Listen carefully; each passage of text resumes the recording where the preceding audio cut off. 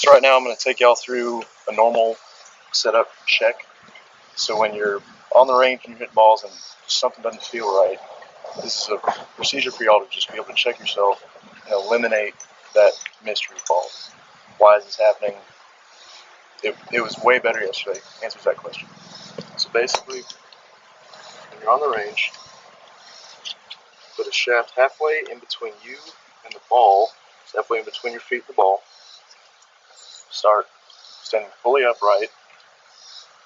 Make sure the club's resting through your fingers, and your heel pad of your hand is on top of the shaft with your lead hand. And all you want to do is kind of cock your wrist like you're going to skip a rock, and just meld it with the back of the grip. So it's not on top, it's not under, just directly on the back. And it should kind of come down on that first finger knuckle. From there, arms relaxed, back flat, bend from your hips, your club parallel to you, until the club soles itself on the ground. From there, flex your knees, let your arms hang a little bit more. This is where a good wiggle comes in. Jason Duffner. This is a good way to get athletically ready to hit the ball. And once you do that, just make sure your balance weight's not too far on your toes, not too far on your heels. You can see too much of your knees or too much on your heels.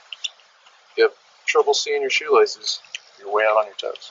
So there's a little visual check for you if you have a problem with the pressure in your feet. From there, with the alignment rod, it's kind of easy to see where it is in your stance. You can also do a club check, hang it from your chest. I can see this is pretty much the middle of my stance. It's typical for a way there. Pay attention to how your divot looks and where the ball went. That'll tell you what you did in the swing to make the bad thing happen. And if you hit it great, also check that. That's going to tell you what to look for when you're working on it in the future. Okay? Stay steady. So you should be able to look over so that you're good there.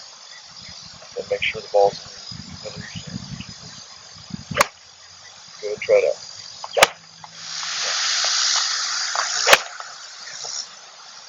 Same thing. Club's coming from the right path. Stay true. What are you on camera right now?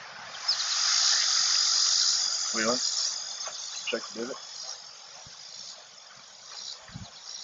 So the club's going that way. Which way the ball goes? Going that way. So the face is looking. I can do that. Check the grip again.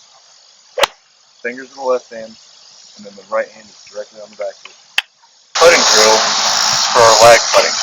Basically, the goal is we want to start the putt through that gate that's halfway there. It's about 45 feet. I've got that ring set up at about 3 feet around the hole, which is basically the edge of how far away we want to be for our second putt.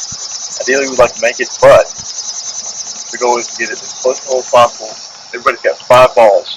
We're going to count how many are actually inside the 3-foot circle. It'll give us kind of a gauge on how good our lag putting is. And we'll go from there. Everybody ready? You want to hold your putter against your string? Right.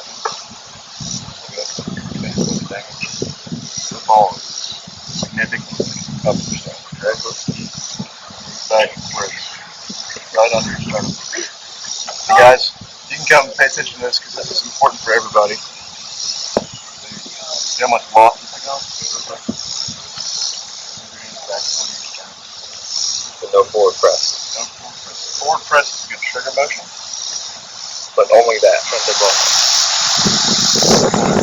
Try and get really effective off on the putter, which is about 3 degrees, just to get it out of the just microscopic little recession it's sitting in, just because the ball has weight and gravity.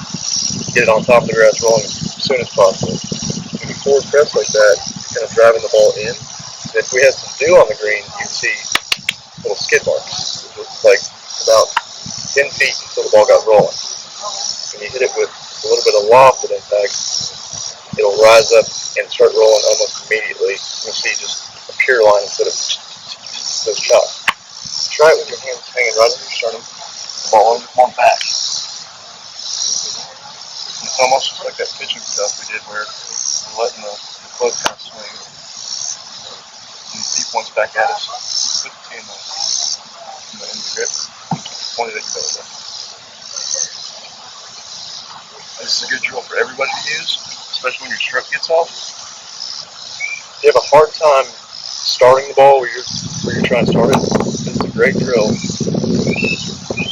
Point it at your belly button. Let it swing back.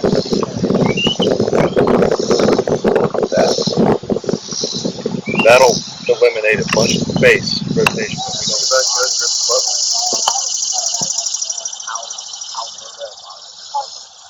Yeah, I get this. Point it down. Hold that on your feeling like you're spinning it open. Yeah, and then you can still head down what you want. You got something down. Yeah.